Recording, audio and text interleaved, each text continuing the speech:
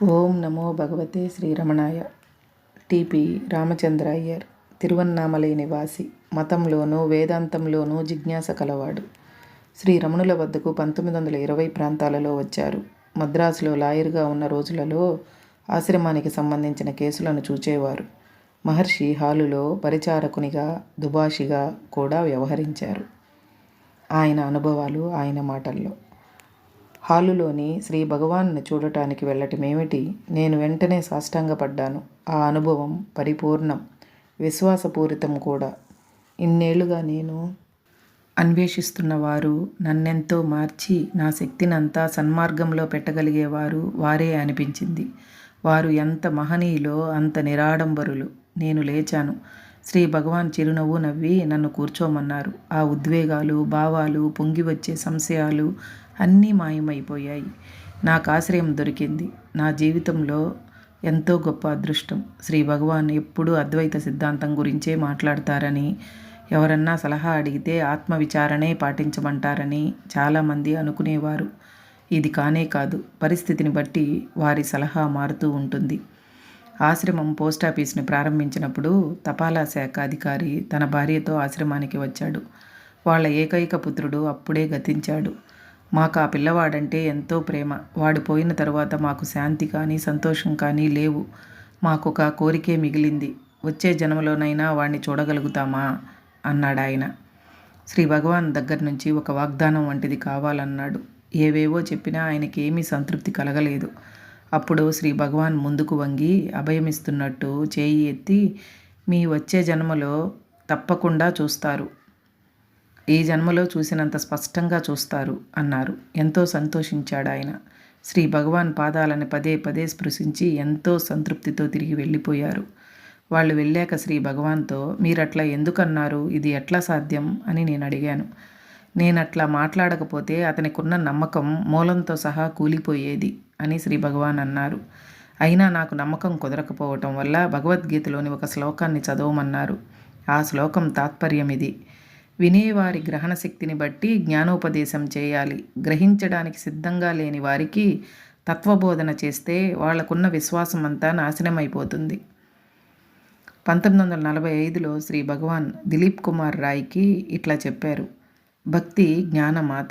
భక్తి మార్గాన్ని అవలంబించేవాడు అన్నిటికన్నా భక్తే ఉత్తమమన్నప్పుడు భక్తి అని అతను అన్నమాట, జ్ఞాన మార్గాన్ని అవలంబించేవాడు జ్ఞానం అన్నమాట ఒకటే. ఆ రెండు స్థితులకు భేదం లేదు. దాని లక్షణాలను వర్ణించినా అది లక్షణాలకు అతీతమన్నా ఒకటే. ఒక్కొక్క మహనీయుడు ఒక్కొక్క పదాన్ని వాడారు, అంతే. కొన్నాళ్ల తర్వాత రాయ్ శ్రీ భగవాన్ని అహాన్ని నాశనం చేయటానికి ఏది ఉత్తమమైన మార్గం అని అడిగాడు. దానికి శ్రీ భగవాన్, మనస్సుని ధ్వంసం చేయమని మనస్సునే అడగటం దొంగని పోలీసుగా చేసి దొంగని కొనమంటం లాంటిదే. మీతో బాటే వస్తాడు, దొంగని వెతుకుతున్నట్టు నటిస్తాడు, కానీ ఏమీ ఫలితం ఉండదు. కాబట్టి నీవు అంతర్ముఖుడువై ఈ మనస్సు ఎక్కడి నుంచి వస్తుందో వెతకాలి. అప్పుడు గాని మనస్సు నాశనం కాదు అని సమాధానమిచ్చాడు.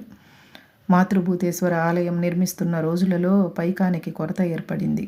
నేను జగన్లాల్ యోగి బొంబాయి వెళ్ళి 50,000 రూపాయల విరాళానికై జమ్నాలాల్ బజాజ్ని అడగాలని సర్వాధికారి అన్నారు. కానీ దీనికి శ్రీ భగవాన్ ఆమోదం కావాలి కదా. వారిని అడగడానికి సర్వాధికారికి ధైర్యం చాలలేదు. శ్రీ భగవాన్ ఆమోదాన్ని పొందడానికి మరికొందరు భక్తులను పోగు చేసి వారి వద్దకు వెళ్ళాను. వారి ఎదుట కాసేపు నిలబడ్డాం. వారు మా వంక చూడనైనా చూడలేదు. ఇంకొకళ్ళు మాట్లాడితే బాగుండునని ఎవరికి వారే ఊరుకున్నారు. ఎట్లాగైతేనేం అడిగాం. వారేమీ మాట్లాడలేదు చాలాసేపు. ఆ తర్వాత మా వైపు తిరిగి, నా పేరు చెప్పుకొని యాచించవద్దని ఎప్పుడో చెప్పాను. మళ్ళీ అదే మాట చెప్తున్నాను. ఏది ఉంటే దానితో సంతృప్తి పడండి. ఆశ్రమంలోని కట్టడాలన్నీ నేను యాచిస్తేనే లేచాయా? ఎట్లా జరగాలో అట్లే జరిగాయి. కేవలం మనుష్య ప్రయత్నం వల్లే ఏదీ జరగదు అన్నారు. శ్రీ భగవాన్ భౌతిక దేహపు ఆఖరి సంవత్సరాలలో వారి ఆరోగ్యం గురించి మేమంతా ఎంతో ఆందోళన చెందాం. వారి దేహం అనుభవిస్తున్న బాధల పట్ల, సమస్యల పట్ల శ్రీ భగవాన్ అనాసక్తంగా ఉండేవారు. వారికి పట్టిందల్లా ఒక్కటే: తమ దేహపు స్థితి వల్ల తమ దర్శనార్థం వచ్చే భక్తులకు అసౌకర్యం కలుగుతోంది అని. 1966 మౌంటైన్ పాత్లో టిపి రామచంద్ర అయ్యర్ ఇట్లా రాశారు: కాలేజీలో నా అభిమాన విషయం తత్వశాస్త్రం. ఒకసారి నేను హాలులోకి ప్రవేశించేటప్పటికి అక్కడ ఆత్మ గురించి చర్చ జరుగుతోంది. పుస్తకాల వల్ల కలిగిన జ్ఞానం నాలో చెదిరిపోకుండా ఉండటం వల్ల పాశ్చాత్యుల దృష్టిలో చైతన్యానికి గల వివిధ స్థాయిల గురించి మాట్లాడాను. ప్రత్యేకించి సూపర్ కాన్షియస్, సబ్ కాన్షియస్ల గురించి చెప్పాను. అంతా విన్నారు శ్రీ భగవాన్. కొంచెం తీక్షణంగానే ప్రతిస్పందిస్తూ, ఏదైనా ఒక వస్తువు లేక విషయాన్ని గురించే సూపర్ అని, సబ్ అని ఊహించి చెప్పగలం, కానీ చైతన్యమే శుద్ధ సత్యం. ఇక ఏ రకమైన వర్ణనైనా కేవలం అజ్ఞానం వల్లనే.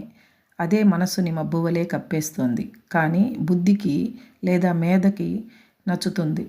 సత్యం సరళం, సూటి, ఏ భిన్న స్థితులు లేనిది, ఉన్నదల్లా చైతన్యమే. దానికి ఏ పేరైనా పెట్టుకోవచ్చు, ఆత్మ అని, బ్రహ్మమనిను అన్నారు. నేను శ్రీ భగవాన్ మాటలను వినడంతో నాకు ఒక అనుభవం కూడా కలిగింది. నా స్వరూపాన్ని అనుభవించినట్లయింది. నా చైతన్యంలోకి లోతుగా దిగి ఆనంద సాగరములో ఈదుతున్నట్లయింది. శ్రీ భగవాన్కి సాష్టాంగ నమస్కారం చేసి నాలో నేనే ఇట్లా ఆక్రోశించాను. ఓ రమణ భగవంతుడా, నా ప్రభు, నా అజ్ఞాన అంధకారాన్ని బాపిన ప్రభువా, మీ దాసునిగా నన్ను స్వీకరించండి. హరే రమణ.